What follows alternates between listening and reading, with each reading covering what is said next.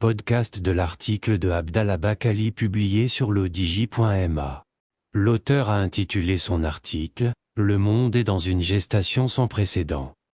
Il commence son article ainsi.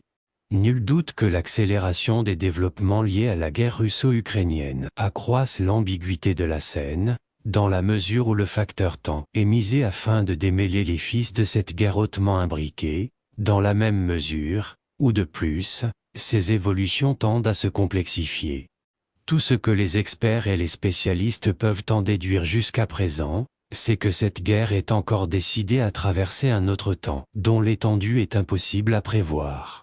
C'est peut-être le contraire de ce que les parties à cette guerre attendaient elles-mêmes. Il ne fait aucun doute que Moscou pariait sur le caractère décisif de son destin pendant une période très prévisible, et croyait avoir choisi le moment très approprié pour allumer la mèche de guerre, pour se débarrasser des cailloux que l'Occident avait mis dans ses chaussures, et c'était très douloureux pour lui, et il parie qu'entrer à Kiev et renverser son régime politique n'est qu'une question de temps. L'auteur poursuit son article ainsi. Cependant, l'autre partie, qui n'est certainement pas l'Ukraine, a estimé qu'assiéger Moscou, l'affaiblir économiquement, l'épuiser militairement et l'obliger à se rendre dans un délai prévisible, est un pari gagné au vu des nombreux et rapides développements, jusqu'à ce qu'il devienne clair aujourd'hui que les calculs de ces partis n'étaient pas exacts, et qu'il se trouvait face à un véritable dilemme dont il est difficile de se débarrasser à l'heure actuelle ou très prochainement. De nombreux faits ressortent des développements de cet affrontement armé, qui se déroule aux portes du continent européen. Les pays du vieux continent semblaient aujourd'hui ne pas être cette puissance à laquelle on les commercialisait depuis des décennies. Il s'est avéré qu'ils n'étaient même pas en mesure d'assurer leur sécurité énergétique et leur autosuffisance alimentaire dans des conditions difficiles, et qu'une part importante de cette énergie et la sécurité alimentaire leur venait d'un côté, qui ne cachait pas leur hostilité. La voici aujourd'hui dans un état de grande et éloquente inquiétude, quant à ce qui l'attend au cours des prochains mois, et aujourd'hui elle fait face à une colère grandissante de la part de nombreux peuples européens, qui paient de leur poche un prix très élevé pour cette guerre acharnée, et aujourd'hui, il lui manque le pouvoir d'influence dans les développements mondiaux rapides, donc apparemment inefficaces et attendant les décisions des autres grandes puissances mondiales. Cela explique peut-être la croissance de certaines voix exprimées par des organismes officiels européens exigeant la recherche d'une issue à cette grande situation difficile. Il est certain que le coût des États-Unis d'Amérique était bien inférieur à celui supporté par tous les pays européens, car ils ne vivent pas dans un état d'anxiété et de terreur face au déficit énergétique compte tenu de la taille de leurs énormes réserves de matière énergétique, et que sa devise principale n'a pas connu une période de reprise importante, comme c'est le cas aujourd'hui, où le prix du dollar sur les marchés financiers mondiaux a bondi à des niveaux records, dépassant le prix de la monnaie unique européenne. L'auteur précise ainsi.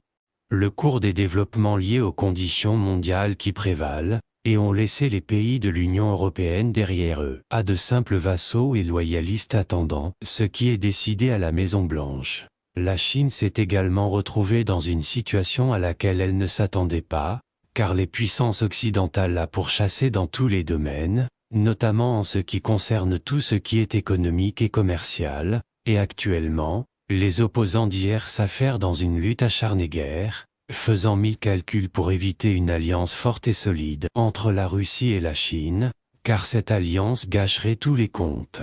Elle a au moins reporté pour un temps sa confrontation avec la marée économique chinoise dans le monde.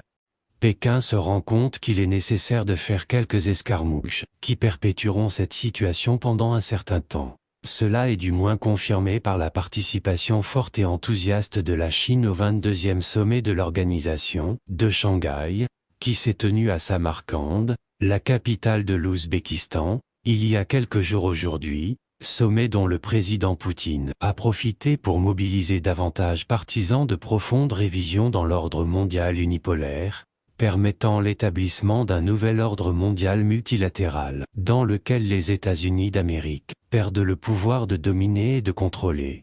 C'est la même entreprise que recherche Pékin, comme le président chinois l'a clairement révélé lorsqu'il a déclaré que la Chine est prête à faire des efforts avec la Russie pour jouer le rôle de grande puissance et jouer un rôle de guide pour répandre la stabilité et l'énergie positive dans un monde secoué par des bouleversements sociaux. L'auteur explique que tous les nouveaux développements ne révèlent pas la vérité de ce qui se passe sur le terrain, car chacune des parties à cet affrontement tient à paraître en état de victoire, et il est certain que la réalité des développements n'est pas dans les médias, dont beaucoup promeuvent des informations bien étudiées et entretenues, dans le cadre de la guerre médiatique, qui n'est pas moins féroce et moins dangereuse qu'une guerre militaire directe, si elle ne la dépasse pas en termes d'influence sur le moral et sur l'économie, conditions sociales et politiques. Au contraire, la vérité n'existe que dans la réalité du terrain, qui est cachée par des tentatives et des efforts pour obscurcir et tromper. Pour tout cela et bien d'autres, ce qui est maintenant certain, c'est que la guerre en cours entre les grandes puissances mondiales dépasse le danger initialement prévu, et qu'elle a ouvert les portes à des développements dont personne n'est conscient de l'ampleur et des répercussions sur la situation dans le monde. Conscient de chaque parti sort un nouveau papier chaque fois qu'il le juge opportun, annonçant l'état de mobilisation partielle de Moscou, et il est difficile d'anticiper le déroulement de cette méthodologie. L'auteur conclut son article ainsi. Par conséquent, cette guerre dangereuse ne trouvera sa fin que lorsque toutes les parties seront convaincues de l'impossibilité de gagner leur pari, et que son règlement provisoire, au moins, ne se fera pas au profit d'une partie au détriment de l'autre. Il y a fort à parier que ces parties sont convaincues de l'impossibilité d'y parvenir et qu'elles recourent au dialogue et à la négociation.